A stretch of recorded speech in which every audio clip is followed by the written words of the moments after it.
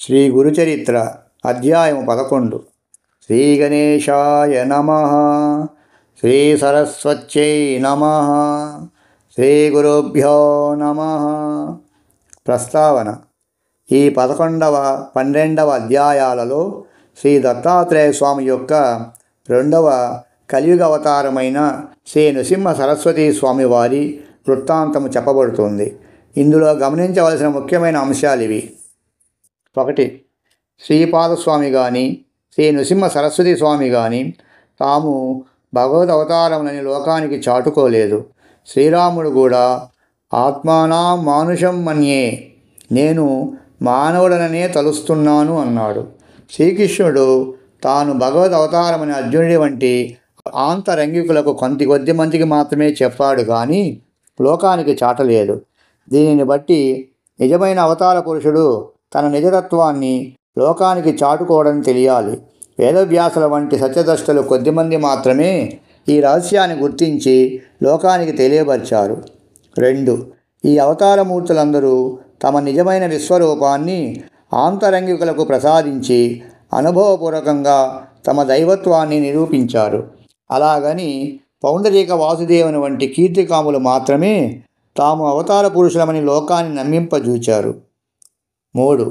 అవతార పురుషులందరూ సద్గురువులను ఆశ్రయించి సత్సాంప్రదాయాన్ని పాటించారే గాని తమ కట్టి ఆలంబనలు అనవసరమని, తాము సర్వధర్మాలకు అతీతులమని చెప్పి స్వేచ్ఛాచారులు కాలేదు. 4. అవతార పురుషులందరిలాగే వీరిద్దరూ తాము జన్మతః పరిపూర్ణులైనప్పటికీ వినమ్రులైన సాధకుల వలనే ప్రవర్తించారు గాని సిద్ధులమని విర్రవీగలేదు. 5. వీరు దివ్యలీలను ప్రదర్శించినప్పటికీ అవి ఆర్తులను రక్షించేవి గాను, అర్ధార్థులను పోషించేవి గాను, నిర్దుష్టమైన ఆధ్యాత్మిక భావనను భక్తులకు ప్రసాదించి వారిని మోక్షోన్ముఖులుగా చేసేవిగా మాత్రమే ఉన్నాయి. కేవలము తమ శక్తి సామర్థ్యాలతో లోకులను సంభ్రమాచారాలతో ముంచి తమకు కీర్తిని చేకూర్చే సాధనాలైన చిల్లర చమత్కారాలు వారెన్నడూ ప్రదర్శించలేదు. కథారంభము. నామధారకుడు అత్యంత ఆసక్తితో ఇలా అన్నాడు: అటు తర్వాత శ్రీ దత్తాత్రేయ స్వామి రెండవ పర్యాయం ఎక్కడ అవతరించారు, ఏ లీలలు ప్రదర్శించారు? అప్రమేయుడైన ఆ భగవంతుని లీలలు మీరు చెబుతూ ఉంటే వినాలన్న కోరిక నాలో పెరుగుతున్నదే కానీ జరగడం లేదు. ఆ రెండవ అవతార విశేషాలు కూడా వివరించండి. అంతటి శ్రద్ధాలువైన శ్రోత లభించినందుకు సిద్ధునికి భగవల్లీలలో తనివితీరా వివరించి చెప్పే అవకాశం లభించింది. అట్టి అదృష్టానికి పొంగిపోయి సిద్ధుడు, నామధారక, దీనులను ఉద్ధరించడానికి తనను తాను దత్తం చేసుకున్న పరమేశ్వరుని చేతలు యోగేంద్రులకు కూడా ఊహించ సాధ్యము కానివి. కనుక నేనెంత వర్ణించినా అగాధమైన ఆ గాథలో లవలేశమే అవుతుంది కానీ ఆయన లీలలన్నీ చెప్పినట్లు కాదు సుమా, ఇక విను అని ఇలా చెప్పారు. శ్రీపాదస్వామి ఆదేశించినట్లు అంబిక జీవిత శేషమంతా శివపూజలో గడిపింది. ఆమె మరుజన్మలో మహారాష్ట్రంలోని కారంజా లేక లాడకారంజా అను గ్రామంలో అకోలా జిల్లా వాజసనేయ శాఖకు చెందిన ఒక సద్బ్రాహ్మణుని కుమార్తెగా జన్మించింది. తల్లిదండ్రులు ఆమెకు అంబా అని నామకరణం చేశారు. ఆమెకు పూర్వజన్మ సంస్కారం వలన సౌశీల్యంతో పాటు శివభక్తి కూడా అబ్బింది. ఆమెకు యుక్త వయస్సు రాగానే మాధవ శర్మ అనే బ్రాహ్మణోత్మనికి ఇచ్చి వివాహం చేశారు. అతడు మంచి శివభక్తుడు. ఆ ప్రాంతంలోని స్మార్తులకు శివవ్రతం చేసుకునే అలవాటు ఉండేది కనుక వారిని శివవ్రతులు అంటారు. పూర్వజన్మ సంస్కారానికి తోడు ఈ జన్మలో భర్త యొక్క సత్సాంగత్యం వలన ఆమె ప్రతిదినము సంధ్యా సమయంలో శివపూజ, భర్తతో కలిసి శని ప్రదోష పూజ, శని త్రయోదశి నాడు విశేషమైన పూజ చేస్తుండేది. విశేషించి అంబ తన భర్తను సూర్యుని ఛాయాదేవి వలె విడనాడక సర్వోపచారాలు చేస్తుండేది. ఇలా 11 సంవత్సరాలు గడిచాక అంబ గర్భవతి అయింది. మాధవ శర్మ సకాలంలో పుంసవనాది కార్యక్రమం నిర్వర్తించాడు. నెలలు నిండిన తరువాత మహామహిమాన్వితమైన ఒక శుభలగ్నంలో ఆమెకు ఒక మగబిడ్డ కలిగాడు. నామధారక, ఆ పిల్లవాడు పుట్టగానే అందరి పిల్లల వలె ఏడవలేదు సరిగదా, స్పష్టంగా ప్రణవం ఉచ్చరించాడు. అది విన్నవారు ఆశ్చర్యపోయారు. జ్యోతిష్శాస్త్ర విద్వాంసులు అతని జాతకము చూచి మాధవ శర్మ, నీ భాగ్యం పండింది. ఈ శిశువు సాక్షాత్తు భగవంతుడే.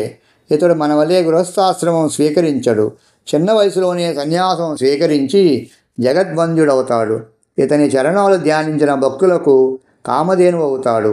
ఇతని దర్శనం చేతనే పతితులు పావనులవుతారు. ఇతన్ని కన్నందువలన మీకు కీర్తి ప్రతిష్టలు, దివ్య సుఖాలు లభిస్తాయి అని దైవజ్ఞులు చెప్పారు.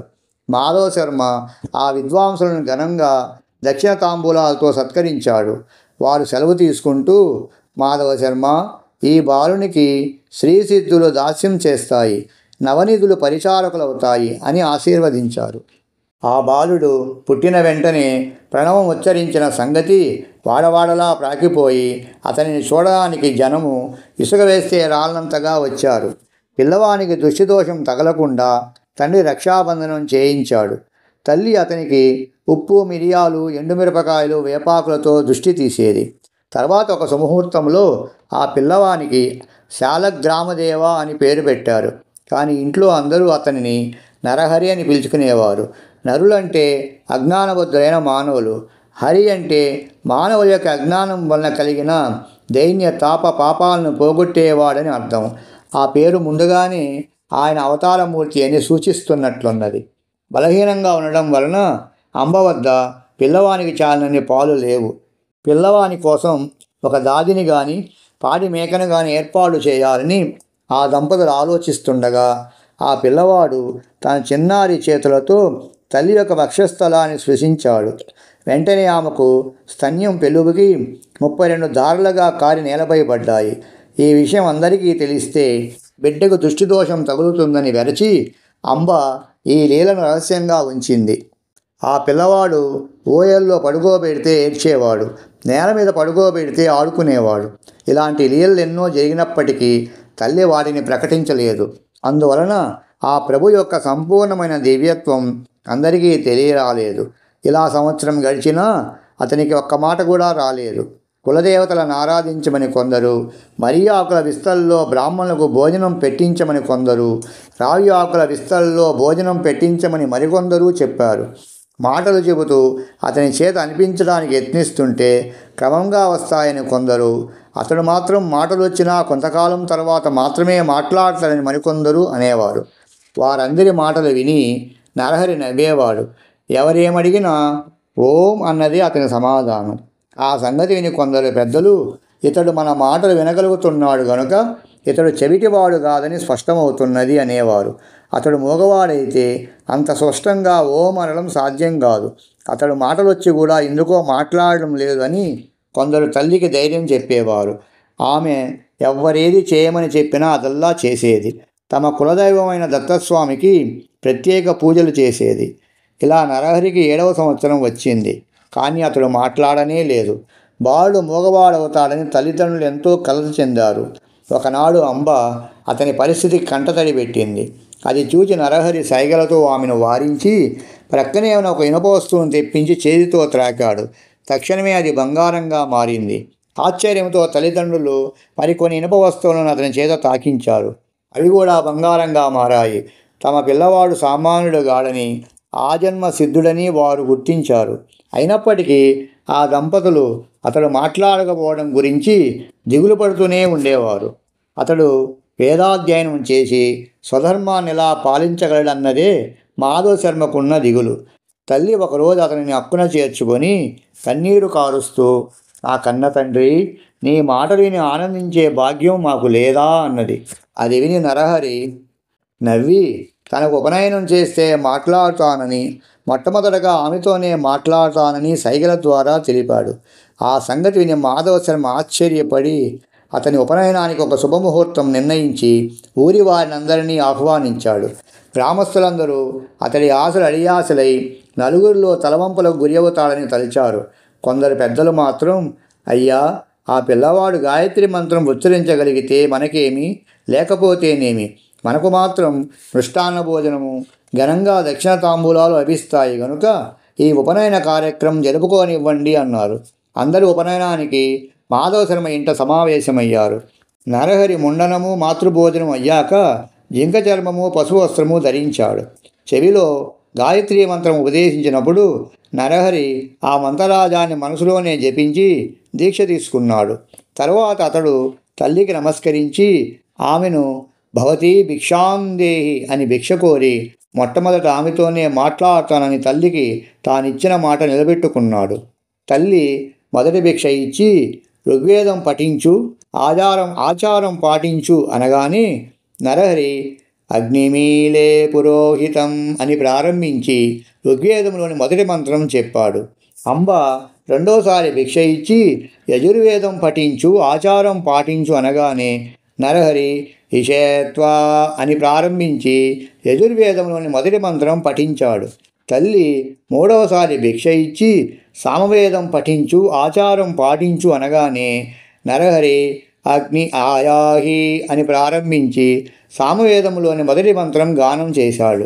అది వినగానే తల్లిదండ్రుల ఆనందానికి, సభలోని వారి ఆశ్చర్యానికి అవధులు లేవు. జీవితంలో మొదటిసారిగా మాట్లాడడం, ప్రణవోచ్చారణ, తర్వాత వేద పఠనతో కానీ చేయకూడదని నరహరి అంతకాలము మాట్లాడలేదని అందరూ అనుకున్నారు. 3 భిక్షలు అయ్యాక ఆయన 4వ వేదం కూడా చదివాడు. ఆయన భగవదవతారమని తెలుసుకొని అతడి బ్రాహ్మణులంతా నమస్కరించారు. సర్వశాస్త్రాలకు జన్మస్థానమైన ఆ ప్రభువుకు ఇది ఒక లెక్కలోనిది కాదు. క్రతువు పూర్తిగా వచ్చింది. మాధవశర్మ దంపతులు అమితోత్సాహంతో ఉన్నారు. వామనుని వలె భాసిస్తున్న ఆ నూతన బ్రహ్మచారి నరహరిని తల్లి ఆశీర్వదించి, నాయనా, ఇక నుంచి నీవు భిక్షతోనే జీవించాలి సుమా అన్నది. వెంటనే అతడు తల్లికి నమస్కరించి, అమ్మా, నీ ఆజ్ఞ మేరకు నేను భిక్షువునవుతాను. నేను సన్యాసాశ్రమం స్వీకరించడానికి అనుమతించండి అని తండ్రి వైపు కూడా తిరిగాడు. ఆ మాటలకు ఆ తల్లిని వీరబోయి దుఃఖిస్తూ, నాయనా, ఒకగానొక్క మగబిడ్డవు. మేము 16 సంవత్సరములు ఎంతగానో ఎదురు చూచి ఎన్నో వ్రతాలు ఆచరించాక పుట్టావు. తర్వాత 7 సంవత్సరములు నీవు మాట్లాడనే లేదు. ఇంతకాలానికి పరమేశ్వరుని కృప వలన నేను చేస్తున్న పూజలు, వ్రతాలు ఫలించి ఈరోజే మొదటిసారిగా నీ మాటలు వినగలిగాను. అందుకు నేను సంతోషిస్తుండగా నీవిలా అంటావేమి? అప్పుడే నీవు ఇల్లు విడిచిపోతే మా గతేమిటి? నీవు గృహస్థువై బిడ్డలు కలిగాక సన్యసించవచ్చు గదా అని బ్రతిమాలింది. అప్పుడు నరహరి తల్లిని కౌగిలించుకొని ఓదార్చి, అమ్మా, నా మాట విను. వివేకంతో ఆలోచించి ఈ వ్యర్థమైన దుఃఖాన్ని తొలగించుకో. నేను ధర్మరక్షణ కోసం అవతరించాను. నీకింకా 4 బిడ్డలు కలిగి ప్రేమతో మీ సేవ చేస్తారు. వెనుకటి జన్మలో నీవు నిష్ఠతో శంకరుణ్ణి పూజించడం వల్లనే నేను నీ గర్భాన జన్మించాను అని చెప్పి ఆమె శిరస్సుపై తన చేతి నుంచి ఆశీర్వదించాడు. వెంటనే ఆమెకు తన పూర్వజన్మ స్మృతి కలిగింది. అతడు శ్రీపాదవల్లభుడుగా దర్శనమిచ్చాడు. వెంటనే ఆమె ఆనందంతో పరవశించి అతని పాదాలపై పడి ఇలా అన్నది, స్వామి, పూర్వజన్మలో కుపుత్రవతైన నేను ఆత్మాహుతికి పాల్పడినప్పుడు రక్షించిన శ్రీపాదుడవు నీవు. బ్రహ్మాండాలన్నీ నీలోనే ఉన్నాయి. అట్టి నీవు నా గర్భాన పుట్టినందువలన నా భతృవంశము, పితృవంశము కూడా పావనమయ్యాయి. అతడు ఆమెను లేపి, అమ్మా, ఈ పూర్వ వృత్తాంతం వెల్లడి చేయవద్దు. నీకొక రహస్యం చెబుతాను, గుప్తంగా ఉంచు. నేను సంసారమంటని సన్యాసిని. నేను చేయవలసిన తీర్థాటనము మొదలగు కార్యాలు ఎన్నో ఉన్నాయి. అవి నేను ప్రకటించ వీలు లేనివి, రహస్యమైనవి. ఈ కర్తవ్యం నాకు తప్పదు కనుక నేను ఇంట్లో ఉండ వీలు పడదు కనుక నీవు అనుమతి ప్రసాదించు అన్నాడు. శ్రీదత్తాయ నమః. శ్రీపాద శ్రీవల్లభాయ నమః. శ్రీ నృసింహ సరస్వత్యై నమః.